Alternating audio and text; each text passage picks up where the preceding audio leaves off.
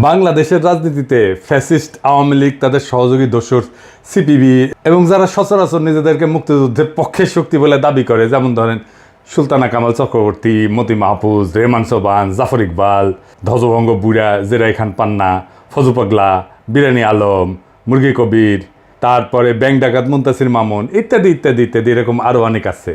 এদের চেতনা ব্যবসার একটা মূল উপাদান বা বয়ান হইতেছে 1971 সালে পাকিস্তানি আর্মি 9 মাসে, মানে মার্চ থেকে ডিসেম্বর পর্যন্ত বাংলাদেশে একটা জেনোসাইড বা গণহত্যা করেছে এবং সেই জেনোসাইডে 30 লক্ষ মানুষ শহীদ হয়েছে। আর পূর্ব পাকিস্তানের তৎকালীন 7.5 কোটি জনসংখ্যার মধ্যে নাকি 1 কোটি মানুষ ঘর বাড়ি ছাইরা ভারতে আশ্রয় নিয়েছিল। এই দুইটা ছাড়াও আরও আছে, 2 লক্ষ মা বোনকে নাকি ধর্ষণ করেছিল পাক বাহিনী আর তার দোসরেরা। এবং এই সমস্ত অত্যাচার নির্যাতনের পরিণামে ভারত মানবিক কারণে আগায় এসে তৎকালীন পূর্ব পাকিস্তানে সামরিক অভিযান চালায়, পাকিস্তানি সেনাবাহিনীকে পরাজিত কইরা আমাদের মুক্ত স্বাধীন কইরা দেয়। এর ফলে আমাদেরকে ভারত মাতার প্রতি চিরকৃতজ্ঞ থাকতে হবে।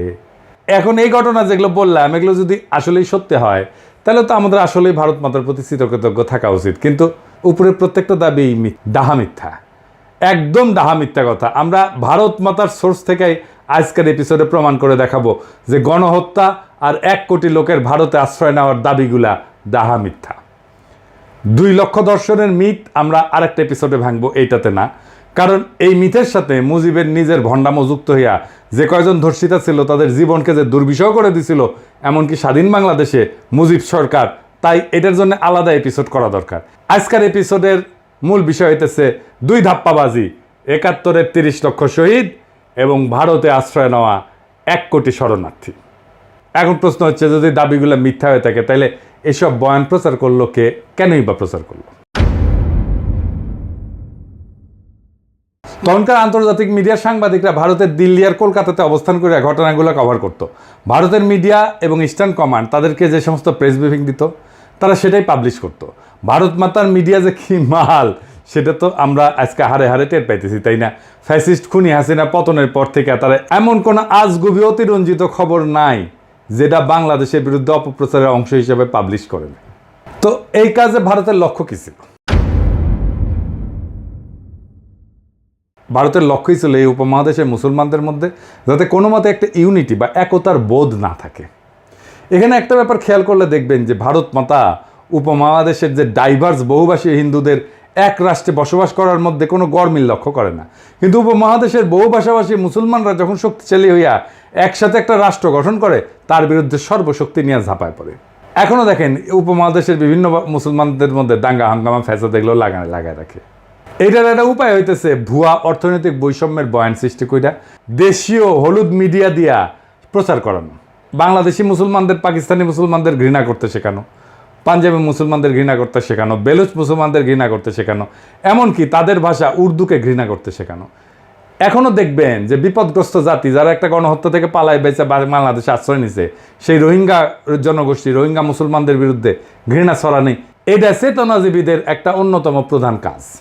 আমরা আগের এপিসোডগুলোতে এইসব নিয়ে বিস্তারিত আলোচনা করছি। আর একটা গুরুত্বপূর্ণ প্রোপাগান্ডার কৌশল ছিল আজগুবি কাল্পনিক একটা অত্যন্ত অতিরঞ্জিত অবাস্তব নিহতের সংখ্যা ছড়ানো, যাতে মুসলমানদের মধ্যে চির দুশ্মনী আর ঘৃণা বজায় থাকে, মুসলমানরা যেন একে অপরকে ঘৃণা করে। বাস্তবে ভারতের এই কৌশল কাজও করেছে। আপনারা লক্ষ্য করলে দেখবেন 1971-এর চেতনাজীবীদের মতো ইসলামোফোব, ইসলাম বিদ্বেষী খুব বিরল দুনিয়াতে। যতগুলো ইসলামোফোব আছে সব কয়টা শতকরা 100% ভারতের 5 দালাল এবং আওয়ামী লীগের 71-এর চেতনাজীবী। এরা সবসময় 30 লক্ষের জেনোসাইড, 1 কোটি শরণার্থী এইসব ব্যাপারে বয়ান টেনে না পরিবেশ ঘোলা করে সময় অসময়। আওয়ামী লীগের বাইসে থাকার অক্সিজেনে হইতেছে এই বয়ানগুলা। এই বয়ানগুলা দেশের মানুষের মন থেকে জয় বাংলা হয়ে গেলে আওয়ামী লীগও মানুষের মন থেকে কর্পূরের মতো উবে যাবে। আজকে এই 2টা বয়ানকে চিরতরে জয় বাংলা করে দেওয়া হবে ইনশাল্লাহ। প্রথমে আসি 1971-এর যুদ্ধের সময় ভারতে আশ্রয় নেওয়া শরণার্থীদের ব্যাপারে। দাবি করা হয় 1 কোটি মানুষ পাকিস্তানি বাহিনীর আক্রমণে ঘরবাড়ি ছেড়া ভারতের শরণার্থী শিবিরে আশ্রয় নিয়েছিল। তো আওয়ামী লীগের নেতারা কিন্তু শরণার্থী শিবিরে আশ্রয় নেয় নাই। তারা দেশ থেকে পালানোর সময় বিভিন্ন ব্যাংকের ভল্ট ভেঙে ডাকাতি করে কোটি কোটি টাকা নিয়ে ইন্ডিয়া গেছিল। সেসব টাকা দিয়ে কলকাতাতে বাড়ি ভাড়া করে থাকতো, ফ্ল্যাট ভাড়া করে, আর মদ খাইতো, আর সোনা খাইতে কাটকা পাইতো। তো তখন পূর্ব পাকিস্তানের জনসংখ্যা ছিল 7.5 কোটি। বাংলাদেশের গ্রামের সংখ্যা 68,000-এর মতো, আমরা এটা জানি। 7.5 কোটি মানুষের মধ্যে 1 কোটি মানুষ নিজের ঘর বাড়ি ছেড়ে রোহিঙ্গা ফিলিস্তিনিদের মতো অন্য দেশের রিফিউজি হিসেবে আশ্রয় নেয়, এটা তো একটা ভয়াবহ ঘটনা। ভারত মাতাও এই সংখ্যা আন্তর্জাতিক মিডিয়াতে সেই সময় তাদের গণমাধ্যম দিয়ে প্রচার করাইছে। তাদের গণমাধ্যম কি জিনিস সেটা তো বুঝেনি। তো এটা করার পিছনে ভারতের একটা স্বার্থ ছিল। ভারত এই ব্যাপারে আন্তর্জাতিকভাবে প্রচার করিয়া আমেরিকা, ইউরোপের অন্যান্য দেশ থেকে খাদ্য, ওষুধ, সাহায্য, এগুলো অন্যান্য প্রয়োজনীয় সামগ্রিক গ্র্যান্ট হিসেবে আনতো। এখন শরণার্থীর সংখ্যা, রিফিউজির সংখ্যা যত বেশি দেখাবে, ভারতের লাভ তত বেশি। কারণ একজনের বিপরীতে যদি তারা 100 জনের হিসাব দেখায়, খাবার, টাকা ইত্যাদি নেয়, তাহলে বাকি 99 জনের টাকা, খাবার নিজেরা পকেটস্থ করতে পারবে। এখন বলবেন একজনের বিপরীতে 100 জন দেখাচ্ছে, তার চেয়ে বেশি দেখাইছে, তার চেয়ে বেশি দেখাইছে, হিসাব আজকে দেখাই দেবো, আজকের ভিডিওতে দেখাই দেবো। বাস্তবে হয়েছেও তাই। আমি আপনাদেরকে একদম খোদ ভারতের রেসপন্সিবল মানুষের রেফারেন্সই দেখাতেছি। ভারতের এবং আওয়ামী লীগের অফিসিয়াল প্রোপাগান্ডার বিপরীতে আপনারা যদি আসল সংখ্যাটা শুনেন, তাহলে আপনারা চেয়ার থেকে পড়ে যাবেন এখনই। ভারতের সেনাবাহিনীর লেফটেন্যান্ট জেনারেল প্রেমনাথ হুন, লেফটেন্যান্ট জেনারেল, তার এক সাক্ষাৎকারে ভারতে আশ্রয় নেওয়া রিফিউজিদের আসল সংখ্যাটা বলছেন। জেনারেল হুন কিন্তু কোনো সুশীল বামপন্থী মানুষ না, উনি একজন কট্টর হিন্দুত্ববাদী, যিনি রিটায়ারমেন্টের পর শিবসেনাতে জয়েন করছিলেন, এখন এরপর বিজেপিতেও যোগ দিচ্ছেন। 1999 সালে ভারতের মিডিয়া রেডিফে ওনারা সাক্ষাৎকার নেয়। এডিটর সাহেব সাক্ষাৎকারটা পাশে দেখান, এই আপনারা সার্চ করে নিতে পারবেন। এই সাক্ষাৎকারে জেনারেল হুন 1971 সালে ভারতে আশ্রয় নেওয়া শরণার্থীদের আসল সংখ্যাটা প্রকাশ করছিলেন। সংখ্যাটা হইতেছে কত? শুইনা পড়ে যায় না চেয়ার থেকে, চেয়ারে সিট বেল্ট বেঁধে নেন। 90,000। 90,000, ঠিকই শুনেছেন, 90,000। কই 1 কোটি আর কই 90,000। বাংলাদেশে গ্রামের সংখ্যা 68,000। বাংলাদেশের অধিকাংশ জনগোষ্ঠী, মেজরিটি সংখ্যক গ্রামের কেউই ভারতে গিয়ে আশ্রয় নেয় নাই। গ্রামের সীমিত সংখ্যক ব্যক্তি ভারতে গিয়ে আশ্রয় নিয়েছিল। এখন কাঁঠালরানী পতনের পরই তো ফ্যাসিস্ট আওয়ামী লীগের দুর্বৃত্তরা বিপ্লবী জনতার ধাওয়া খাইয়া প্রায় লাখখানেক দুর্বৃত্ত ভারতে গিয়ে আশ্রয় নিছে। কলকাতাত আওয়ামী লীগ আবার অফিস খুলিছে। আরো অনেক দুর্বৃত্ত পলাইতে গিয়ে বিপ্লবী জনতার হাতে ধরা গেছে। কালামানিক তো পলাইতে গিয়ে সর্বস্ব হারায় মনের দুঃখে কলা পাতের উপরে শুয়েছিল। 1971 সালে এখনকার চেয়ে কম সংখ্যক মানুষ ভারতে গিয়ে আশ্রয় নিয়েছিল। ভারত মাতা এবং আওয়ামী লীগের প্রোপাগান্ডা কিভাবে 90,000 1 কোটিতে রূপান্তরিত হয় দেখছেন। কাহিনী এখানে শেষ না। তৎকালীন পূর্ব পাকিস্তানে ভারতীয় মদতে আওয়ামী লীগের বিদ্রোহের ফলে দেশে আইন শৃঙ্খলা ব্যাপক অবনতি ঘটে।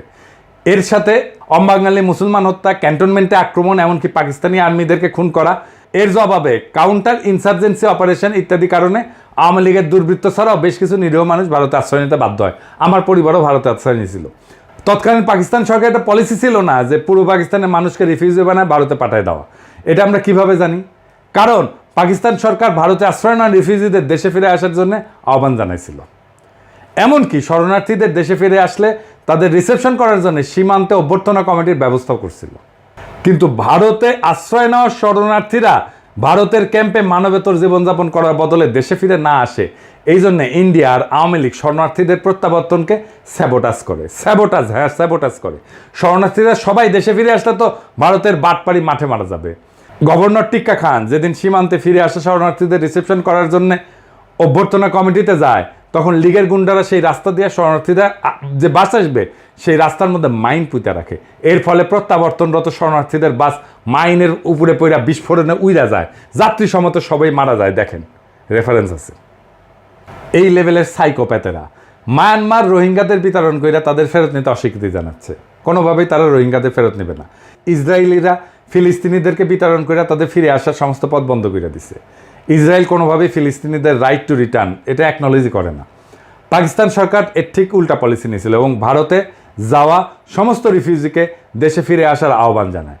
এমনকি সেপ্টেম্বর মাসে ইয়াহিয়া খান পূর্ব পাকিস্তানের সমস্ত বিদ্রোহীদের সাধারণ ক্ষমা ঘোষণা করে, যাতে তারা নির্ভয়ে দেশে ফিরে আসতে পারে। এইটা তো গেল ভারতের তথাকথিত 1 কোটি রিফিউজির কাহিনী। এইবার আসি দ্বিতীয় বিষয়ে, সবচেয়ে বড় বিষয়, 30 লাখ শহীদ। বিএনপি তাদের যে 31 দফা দিছে, সেখানে 22 নম্বর দফা এই ব্যাপারে তারা একটা প্রতিজ্ঞা করেছে। কি আছে সেখানে আসেন দেখা যায়। অনেকগুলো দাবির মধ্যে এটা বলছে যে 71 সালে নিহত হওয়া মানুষের সংখ্যা এক্সটেন্সিভ সার্ভে করে বের করবে। তো এক্সটেন্সিভ সার্ভে কে করবে, কিভাবে করবে, সেটা পদ্ধতিগত স্বচ্ছতা কতটুকু থাকবে, এমস্ত ব্যাপারে একটু পরে আসতেছি। এর আগে 2015 সালের ডিসেম্বর মাসে বেগম খালেদা জিয়া এই ব্যাপারে একটা বক্তব্য দিয়েছিলেন। সেটা শুনে আওয়ামী লীগ আর সিপিবি বামদের মাথা খারাপ হয়ে গেছিল, চিল্লাপাল্লা শুরু করছিল। পারলে ওই দিনই খালেদা জিয়াকে জেলে নিয়ে যায়। খালেদা জিয়া বলছিলেন যে মুক্তিযুদ্ধে শহীদদের সংখ্যা নিয়ে বিতর্ক আছে, দেখেন এবং এডিটর সাহেব কথাটা শুনায় দেন। আজকে বলা হয় যে 1 লক্ষ লোক শহীদ হয়েছে, এইটা নিয়েও অনেক বিতর্ক আছে যে আসলে কত শহীদ হয়েছে মুক্তিযুদ্ধের সময়, এটা নিয়েও বিতর্ক আছে, নানা বই হিসাব আছে। এখনো অনেকেই বলে, এমনকি যারা আওয়ামী লীগ বিরোধী তারাও বলে যে 71 সালে মুক্তিযুদ্ধ শেষে সোহরাওয়ার্দীর বডিগার্ড যখন 10ই জানুয়ারি 9 মাস পশ্চিম পাকিস্তান থেকে বাংলাদেশে ফিরে আসে, তখন সে এক বিদেশি সাংবাদিককে নিহতের সংখ্যা 3 লাখ বলতে গিয়ে ইংরেজিতে ভুলে 3 মিলিয়ন বলে। এরপর একবার বলে ফেলার পর সেটা বারবার রিপিট করতে করতে আন্তর্জাতিক মিডিয়াও আনক্রিটিক্যালি কোনো যাচাই বাছাই ছাড়াই সেই সংখ্যা বিভিন্ন জায়গায় কপি পেস্ট করে প্রিন্ট করে প্রচার করতে থাকে। এখন এইটা সাংবাদিকতা পেশার একটা কমন বৈশিষ্ট্য যে সাংবাদিকরা এক জায়গায় পাবলিশ হওয়া রিপোর্ট কপি পেস্ট করে নিজেদের মধ্যে পাবলিশ করতে থাকে। আসল ইনভেস্টিগেটিভ সাংবাদিকরা ব্লাইন্ডলি কোনো রিপোর্ট কপি পেস্টের এই অভ্যাস ফলো করে না, সেই ব্যাপারে তদন্ত করে দেখে। এটা খালি বাংলাদেশে না, আমেরিকা সহ পাশ্চাত্যের মিডিয়াতেও হয়। ইনভেস্টিগেটিভ জার্নালিজমের আইকন ওয়াগারের পথ বালক না, ওয়াগারের পথ বালক না, এগুলো আইকন, মেলা আইকন আছে। সেমর হার্স নামে একজন বিখ্যাত ইনভেস্টিগেটিভ জার্নালিজমের আইকন আছে, এ ব্যাপারে অনেক লিখছেন এবং তার গ্রাউন্ড ব্রেকিং সব ইনভেস্টিগেশন রিপোর্ট যেগুলো সবগুলো মেজর নিউজ মিডিয়ায় আলসেমি করে কপি পেস্ট করে অসংখ্য বয়ানকে তথ্য প্রমাণ সহ রিপিউট করছে। এখন যারা বলে সোহরাওয়ার্দীর বডিগার্ড 3 লাখ বলতে গিয়ে 30 লাখ বলছে, তারা ওই 3 লাখ সংখ্যাটাই বা কোন সার্ভের ভিত্তিতে পাইছে? যদি এটা জিজ্ঞেস করেন এই ব্যাপারে কোনো জবাব পাবেন না। ঘুরে ফিরে কিছু পেপারে কপি পেস্ট করে কিছু আর্টিকেল বড় জোর দেখাবে, যেসব আর্টিকেলে কোথাও কোনো ধরনের ফিল্ড সার্ভের কোনো রেফারেন্স থাকে না। এখন এটা মানলাম যে সোহরাওয়ার্দীর বডিগার্ড মূর্খতা ছিল, তো কয়েকবার ফেল করে ক্লাস 10 পাস করছে, ম্যাট্রিক পরীক্ষায় নকল করে পাস করতো আর অন্যদেরকেও নকল করতে উৎসাহ দিত। সে লাখকে ইংরেজিতে মিলিয়ন বলছে। এখন প্রশ্ন হচ্ছে 3 লাখ সংখ্যাটাও তো 30 লাখের মতোই ভিত্তিহীন, বাইরে একটা সংখ্যা। যারা এই সংখ্যা প্রচার করে তারাও তো আজগুবি একটা সংখ্যা প্রচার করে। এবার আসেন আসল সংখ্যা কত ছিল সেটা বের করা যাক। আস্তে আস্তে সব রেফারেন্স দেখাইতেছি, এবার আপনারা চেয়ার থেকে মাটিতে পড়ে যাবেন, হ্যাঁ, অথবা আপনাদের সোয়াল খুলে ঝুলে পড়বে। আসেন দেখি সেটা। প্রথমত 3 লাখ সংখ্যা নিয়ে একটা রেফারেন্স দেখাই। 71 সাল নিয়ে সবচেয়ে বেশি স্কলারলি বই হইতেছে লিসন আর রোজের। বইয়ের নাম হইতেছে war and secession, Pakistan, India and the creation of Bangladesh. 1991 সালে পাবলিশ হয় বইটা। এখানে 2 জন লেখক এই বইতে দেশগুলোর সমস্ত অফিসিয়াল ডকুমেন্ট রিভিউ করছেন এবং 3 দেশের 71 সালে ভূমিকা রাখা সব গুরুত্বপূর্ণ ব্যক্তিদের ইন পার্সন সামনাসামনি সাক্ষাৎকার নিয়েছেন। এই সমস্ত তথ্য প্রমাণ তারা বিশ্লেষণ কইরা এই বইটা লিখছেন। এটা অত্যন্ত গুরুত্বপূর্ণ একটা প্রামাণ্য বই। এই বইয়ের লেখকেরা 71 সালে বাংলাদেশে যুদ্ধের নিয়ন্ত্রণ করা 2 জন অত্যন্ত সিনিয়র ভারতীয় সাক্ষাৎকার নিয়েছেন, যেখানে তাদের জিজ্ঞেস করা হয় 71 সালে নিহত বাঙালির সংখ্যা কত।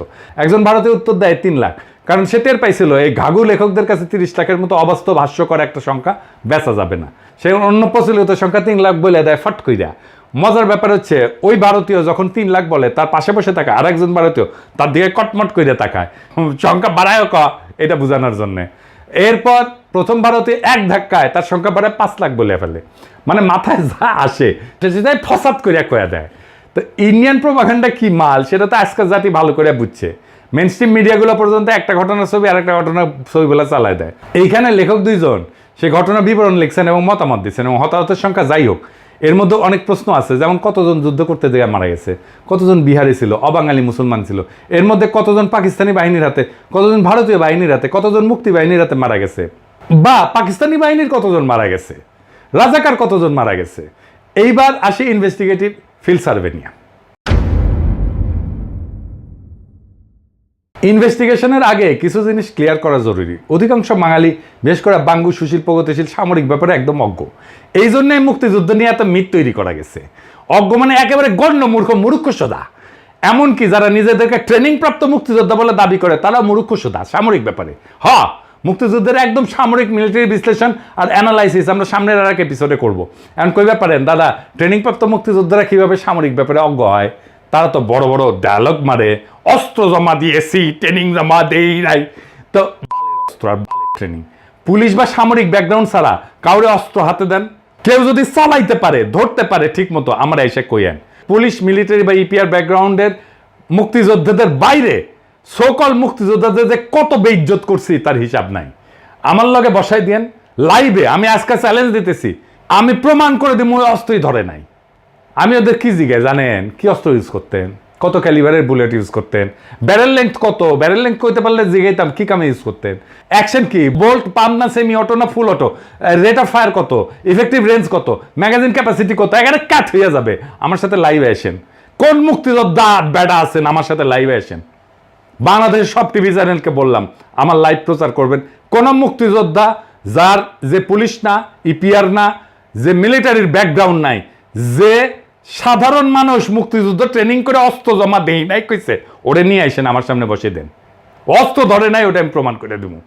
ইন্ডিয়া যাদেরকে কি ট্রেনিং দিছিল সেটা আমি ইন্ডিয়ান জেনারেলদের বই থেকে রেফারেন্স দিয়ে দেখাইতেছি। ইস্টার্ন কমান্ডের chief of staff general Jacob তার বইতে কি লিখছে দেখেন। উনি বলছেন যে একদম আনট্রেন্ড, সামরিক ব্যাপারে পরিচিতি নেই এরকম মানুষদের মুক্তিবাহিনীতে এনরোল করা হতো। এদেরকে প্রপার ট্রেনিং দিয়ে কার্যকর করতে কমপক্ষে 3 মাসের ট্রেনিং দেওয়া লাগতো। সেইখানে তাড়াহুড়া করে 3 থেকে 4 সপ্তাহে ভুগি ঝুঁকি কিছু ট্রেনিং দিয়ে ছেড়ে দেওয়া হতো। এর ফলে এদের কার্যকারিতা সীমাবদ্ধ ছিল। জেনারেল লক্ষ্মণ সিং, যিনি ইস্টার্ন ফ্রন্টের ডিভিশনাল কমান্ডার ছিলেন, উনিও একই কথা লিখেছেন। তার বইয়ের নাম victory in Bangladesh. Eastern commander general Lakshman Singh সরাসরি মুক্তিবাহিনীকে প্রোপাগান্ডার প্রেসে পাবলিশ হওয়া তাদের কার্যকলাপকে ফিকশনাল বলছেন। বলছে এই সমস্ত ইস্টার্ন কমান্ডার প্রোপাগান্ডা মেশিনের প্রচার। মুক্তিবাহিনীর মিত্ররাই তাদের নামে এইসব লেখে, এইসব কথা পাকিস্তানিরা লেখে নাই। আর আমাদের মুক্তিযুদ্ধের গল্প শোনান মিয়ারা। খোদ মুক্তিবাহিনীর ডেপুটি চিফ অফ স্টাফ একে খন্দকার তার বইয়ে হুবহু একই কথা লিখেছে। একে খন্দকারের এই বই লেখার পর আওয়ামী লীগ, জাফর ইকবাল, আনিসুল্লাহের পুচ্ছে আগুন লেগে গেছিল। তার এডিট করতে হয়েছে বই, টেক্সট চেঞ্জ করতে হয়েছিল। 1971 সালের 18 সেপ্টেম্বর বিলাতের দ্য গার্ডিয়ান পত্রিকার একটা আর্টিকেল প্রকাশিত হয়, big brother goes to war. লেখক শাস্তিব্রত একজন ব্রিটিশ বংশোদ্ভূত ভারতীয় বাঙালি সাংবাদিক, যিনি ত্রিপুরাতে ভারতীয় ট্রেনিং শিবির ঘুরে দেখে এসে সেখানে মুক্তিবাহিনীর ট্রেনিং নিয়ে একটা রিপোর্ট করে। রিপোর্টে এটাও লেখা আছে এই রিপোর্ট যদি ভারত থেকে করতো তাকে ভারতে গ্রেপ্তার করতো। 19 সেপ্টেম্বর মাসে আগরতলাতে একটা ক্যাম্পে মুক্তিবাহিনীর ভলান্টিয়ারদের সাথে কথা বলে জানতে পারেন সেখানে 200 জনের ভলান্টিয়ারদের মধ্যে মাত্র 6 জনকে সামান্য কিছু ট্রেনিং দেওয়া হয়েছে এবং মাত্র 3 জন কোনো একটা অপারেশনে অংশ নিছে। সব অপারেশনে যেমন ব্রিজ ধ্বংস করে এরকম কাজে ইন্ডিয়ানরা কিন্তু নিজে করতো। আমি বলতেছি, লিখে দিচ্ছি, ইন্ডিয়ানরা নিজে করতো। মুক্তিবাহিনীর নিজেদের সদস্যদের মতে তারা বড় জোর একটা গ্রেনেড নিক্ষেপ করছে। এবার একটা মজার ভিডিও দেখেন মুক্তিবাহিনীর সাথে ভারতীয় ইনস্ট্রাক্টররা কিরকম ব্যবহার করতো। এদিকে সে দেখে দেন। এটাকে টানো, ডানে বাজিতে রাখ, টানো, হ্যাঁ বাস বাস, টাইগার হাত, হ্যাঁ এর হচ্ছে দূরের দুশ্মনের জন্য, দূরের দুশ্মনের জন্য। কি হয়েছে চলো শীষ লাগাও, ঠিক ঝোঁকো সামনে, জানে শত্রু, পিছনে শত্রু, জানে শত্রু, পিছনে শত্রু, বাঁ শত্রু, পিছনে শত্রু, জানে শত্রু, পিছনে শত্রু। এই হচ্ছে জাফর ইকবাল, হুমায়ুন আহমেদ, আনিসুল হকের তৈরি করা মিথিক্যাল মুক্তিবাহিনীর আসল হাল। আর এটা নিয়ে ফজু পাগলা ধ্বজভঙ্গ বুড়া জেরাই খান পান্না এসব শোনা গেছে মুক্তিযোদ্ধার মতো লাফালাফি।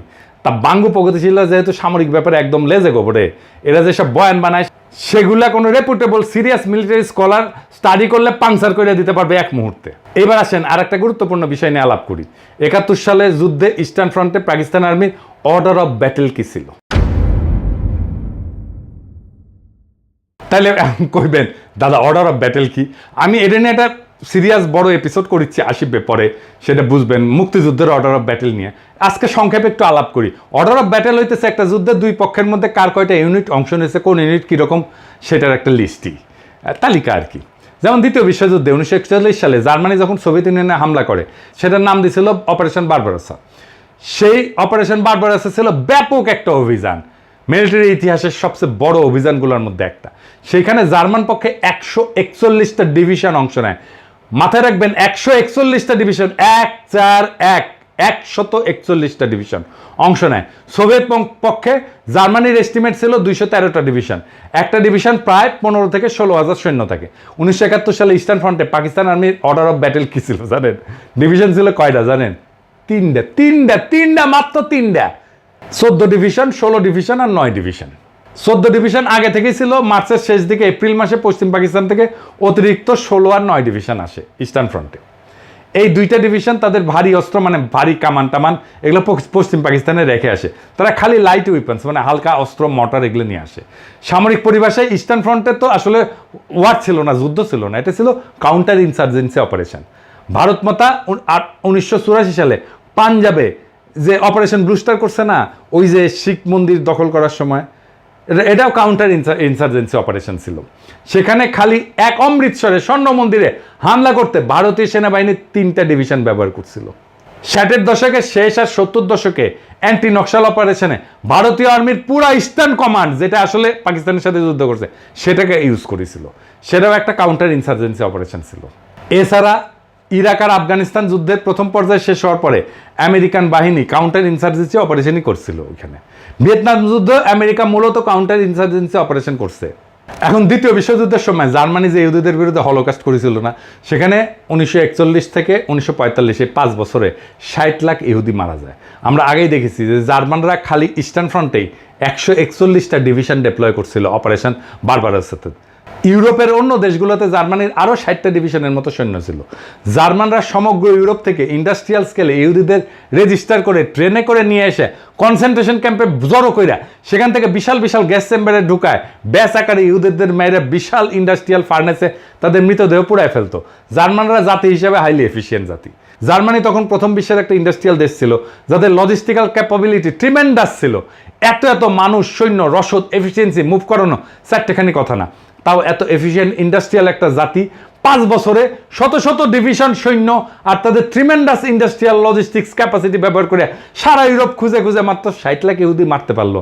আর পাকিস্তানের মতো একটা তৃতীয় বিশ্বের দেশ মাত্র 9 মাসের কাউন্টার ইনসার্জেন্সি অপারেশনে মাত্র 3টা ডিভিশন ব্যবহার করিয়া, কোনো বিশাল বিশাল গ্যাস চেম্বার, ইন্ডাস্ট্রিয়াল চুল্লি ব্যবহার না করিয়া 30 লাখ লোক মাইরা ফেলাইলো এবং লুকায় ফেলাইলো।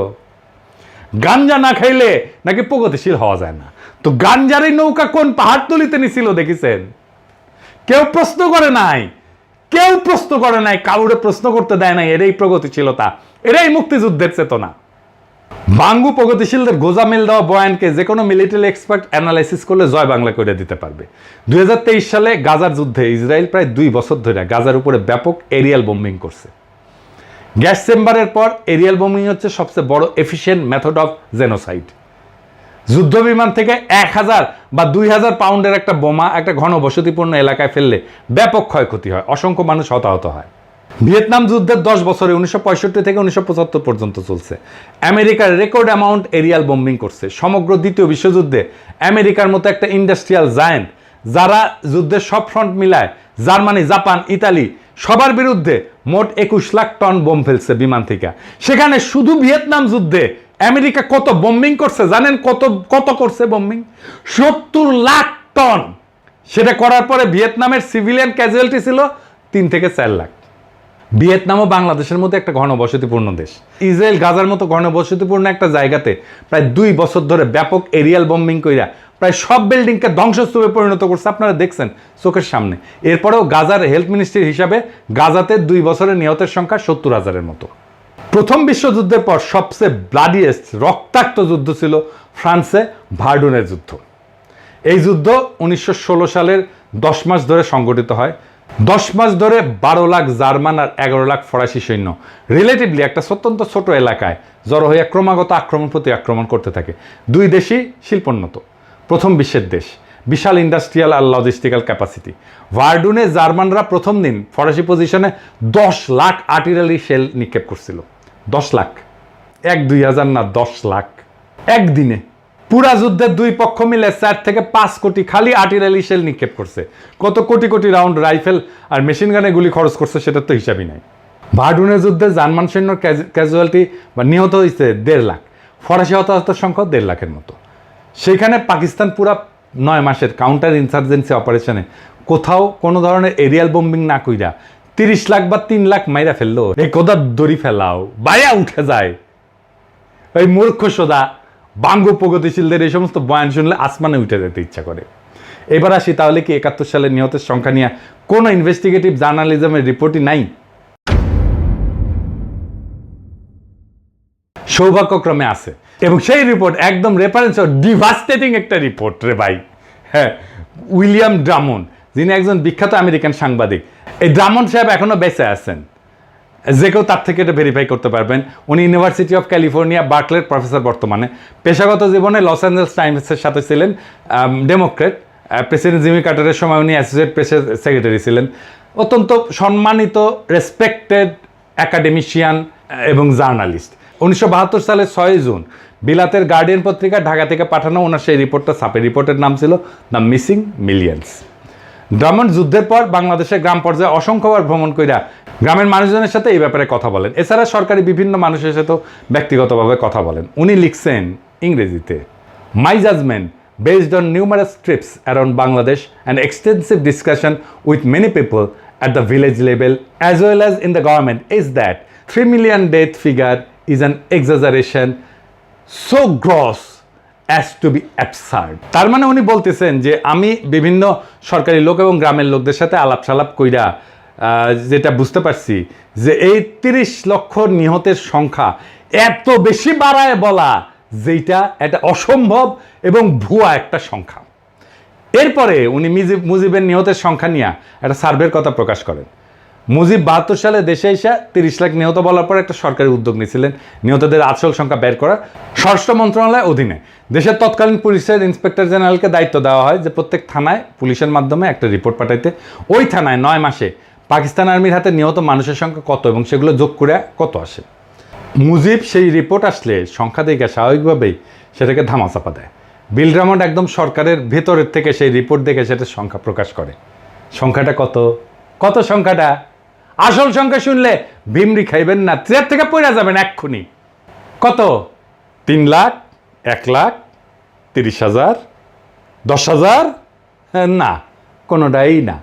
2,000, 2,000, 2,000। জি হ্যাঁ, ঠিকই শুনেছেন, 2,000। এই রিপোর্টটা এখনো আছে, যে কেউ নিজের চোখে সেটা পড়ে নিতে পারেন, স্পষ্ট লেখা আছে। ইংরেজি যেহেতু কইছে সেহেতু ঠিকই কইছে। Since the 3rd week of March when the Inspector General's office in Bangladesh Home Ministry began its field investigations, there have been about 2,000 complaints from citizens about death at the hand of Pakistani army. তার মানে সারা বাংলাদেশে পুলিশের কাছে পাকিস্তানি আর্মির হাতে মারা গেছে এরকম অভিযোগ জমা পড়ছিল মাত্র 2,000 জনের। ড্রামন্ড এখনো বেঁচে আছেন, তার থেকে এটা কনফার্ম করতে পারবেন। এখন তাইলে আমাদের করণীয় কি? কিভাবে আমরা আজকে বর্তমানে একটা ডিটেল কম্প্রিহেন্সিভ ফিল্ড সার্ভে করে এই ব্যাপারে চিরতরে মীমাংসা করে আওয়ামী লীগের জন্মের মতো জয় বাংলা করতে পারি? প্রথমে আমাদের বের করতে হবে দেশের 68,000 গ্রামে জনপদের মধ্যে কোথায় কোথায় পাকিস্তানি আর্মির বেস ক্যাম্প ছিল। এটার সংখ্যা খুব বেশি হওয়া কথা না। পাকিস্তানি মাত্র 3টা ডিভিশন সৈন্য দেশে কাউন্টার ইনসার্জেন্সি অপারেশনে ছিল। এরপরে বের করতে হবে 9 মাসে পাকিস্তান আর্মি দেশে কয়টা গ্রামে কখন কবে রেড দিছে। পাকিস্তানও এই ব্যাপারে আমাদেরকে হেল্প করতে পারে, চাইলে তারা করবে। আমরা দরকার হলে ক্রস চেক করে নেব কতজন সৈন্য সেই রেডে অংশ নিছে। সেটা কি একটা স্কোয়াড মানে 9 থেকে 10 জনের ইউনিট ছিল, নাকি একটা প্লাটুন ছিল মানে 30 থেকে 35 জনের? কতক্ষণ ছিল, কতজনকে ওই গ্রামে গুলি করে মারছে, তাদের অ্যামিনেশনের হিসাবপত্র আছে কিনা, কতগুলো অ্যামিনেশন খরচ হয়েছে। এইসব ব্যাপার বের করা তো খুব কঠিন কোনো কাজ না, কারণ বাংলাদেশের মতো ঘন পরিচিতিপূর্ণ ভূখণ্ডে একটা গ্রামে আর্মি অপারেশন চালায় কিছু মানুষ মেরে চলে যাওয়ার পর বাকি সবাই ফিরে এসে নিহতদের দাফন কাফন করতো। হিন্দু হইলে লাশ সনাতন রীতিতে সৎকার করতো। আই উইটনেস এবং সার্ভাইভারদের কাছ থেকে একদম পিন পয়েন্ট নিহতের সংখ্যা নিয়ে 9 মাসে সবগুলো এলাকার নামের পাশে নিহতের সংখ্যা লিখে যোগ করে মোট সংখ্যা বের করা খুব কঠিন কিছু কাজ কি না, করো না। কিন্তু এটা করবে না কেন? কারণ এই যে ফাপড় নেওয়া এটা তো ফাঁস হয়ে যাবে, মিথ্যা কথা ফাঁস হয়ে যাবে। এই কাজ এখনও করা সম্ভব, কারণ 71 সালে জীবিত প্রাপ্তবয়স্ক বহু মানুষ এখনও জীবিত আছে। এরকম রেড প্রত্যেক গ্রামে তো হয় নাই। দেশে 68,000 গ্রামের মধ্যে অতি অল্প সংখ্যক গ্রামেই হয়েছে। তার উপরে এক গ্রামে বড় জোর একবার কি 2বার এরকম রেড হয়েছে। পুরো ব্যাপারটায় একটা ক্রোনোলজিক্যাল রিকনস্ট্রাকশন করতে হবে। ক্রোনোলজিক্যাল রিকনস্ট্রাকশন মানে দিন, সময়, সপ্তাহ অনুযায়ী পুরো 9 মাসের ঘটনাকে রিকনস্ট্রাক্ট করা এইভাবে সম্ভব। এটা করা হইলে কমন সেন্সার ইনভেস্টিগেটিভ সব রিপোর্ট অনুসারে পাকিস্তান আর্মির কাউন্টার ইনসার্জেন্সির আসলে নিহতের সংখ্যা কয়েক হাজারে নেমে আসবে, আমি শিওর। এরপর সেই তদন্ত খালি বাঙালি না, ভারতীয় আওয়ামী সন্ত্রাসীরাতে যত অবাঙালি মুসলমান মারা গেছে তার পুঙ্খানুপুঙ্খ তদন্ত করে সেটাও বের করতে হবে। দুটো সংখ্যাই কম্পেয়ার করে ঠিক করা হবে কে আগে কার কাছে মাপ চাইবে। এই তদন্ত শেষ হওয়ার আগে কেউ কারো কাছে ক্ষমা চাওয়ার প্রশ্নই ওঠে না। পররাষ্ট্র সচিব জসিম খুব লাফাইছিল পাকিস্তানে ক্ষমা চাওয়া নিয়ে। আবার পাকিস্তানের টিম আসতেছে, এবার ক্ষমা চাওয়া তাহলে এই আলাপ যে তুলবে না তার পাশার ফালস আমরা সব উঠায় ফেলা হবে যদি বেশি ফালাফালি করে, বাটাম একেবারে খুলে ফেলাম এবার যদি কেউ এই আলাপটা তোলে। একবার যদি মুক্তিযুদ্ধের চেতনার কুর করে নিয়ে ওঠে তাদের, বিএনপি যেহেতু তাদের 31 দফার মধ্যে এই পয়েন্ট ইনক্লুড করছে, আল্লাহ চায় তো ভবিষ্যতে যদি তারা নির্বাচনে জিতে ক্ষমতায় আসে, চান্স যদিও কম, যাই হোক, হ্যাঁ, তাহলে এইটা বাস্তবায়ন করুক। তারা কিভাবে বাস্তবায়ন করবে? যদি কোনো আমলা বা সচিবকে দিয়ে এটা কমিটি বানায়, দায় সারা অস্বচ্ছ তদন্ত চালায় রিপোর্ট দেয়, সেটা অবশ্যই আমরা প্রত্যাখ্যান করব। এখন বিএনপিতেও তো চেতনাজীবীতে ভৈরা শেষ, তার মধ্যে সব চেতনার দালালরা ঢুকে বসে আছে। যদি কোনো সুশীল বিএনপি বুদ্ধিজীবী চেতনাজীবী ধরিয়ে না কমিটি বানানো হয়, সেটাও আমরা প্রত্যাখ্যান করব। এই ব্যাপারে সবচেয়ে বেশি গুরুত্বপূর্ণ যেটা, সেটা হচ্ছে ফিল্ড ইনভেস্টিগেশনের স্বচ্ছতা। বাংলাদেশের আমলা, বিশ্ববিদ্যালয়, শিক্ষক, এইসবের যা হজবরল অবস্থা, তাদের দিয়ে এই ম্যাগনিটিউডের কোনো কাজ স্বচ্ছভাবে দ্রুত এফিসিয়েন্টলি করার প্রশ্নই ওঠে না। ওই এফিসিয়েন্সি বাংলাদেশের নাই এখন। এটার জন্য একমাত্র সমাধান হচ্ছে একটা ওয়েল রেসপেক্টেড আন্তর্জাতিক কমিশনকে বাংলাদেশে ডেকে আনা, তাদের দিয়ে ফিল্ড সার্ভে করা, ইনভেস্টিগেশন করানো। কারা থাকবে সেই কমিশনে? সেখানে সামরিক যুদ্ধ, মিলিটারি অপারেশনের ব্যাপারে অভিজ্ঞ, একটা অপারেশন ডিটেলস বর্ণনা শুনে সেখানে কীরকম ক্যাজুয়ালিটি হয়, সার্ভাইভার আই উইটনেসদের সাথে কথা বইলা আসল ঘটনা রিকনস্ট্রাক্ট করতে পারে এরকম লোক। এই সমস্ত ব্যাপারে যারা এক্সপার্ট, তারাই সেই কমিশনে থাকবে। এখন প্রশ্ন করতে পারেন কে কে এই সমস্ত ব্যাপারে এক্সপার্ট? পৃথিবীর টপ স্কলারদের নাম দিতেছি, যাদের দিয়া এই কমিশন গঠন করতে হবে। আমি নাম দিয়ে দিতেছি আজকেই। Professor Geoffrey Wawro, university of North টেক্সাসের সামরিক ইতিহাসের অধ্যাপক এবং ইউএনটি মিলিটারি হিস্ট্রি সেন্টারের পরিচালক। Professor John Mearsheimer, university of Chicago আর ওয়ার্ল্ডের Harrison distinguished service professor. Professor Benny Morris, Ben Gurion university নেগেভের মধ্যপ্রাচ্য স্টাডিজ বিভাগের ইতিহাসের অধ্যাপক। প্রফেসর উইলিয়াম ড্রামন্ড, যার কথা আগে বলছি, UC Berkeley graduate school of জার্নালিজমের সাংবাদিকতার অধ্যাপক।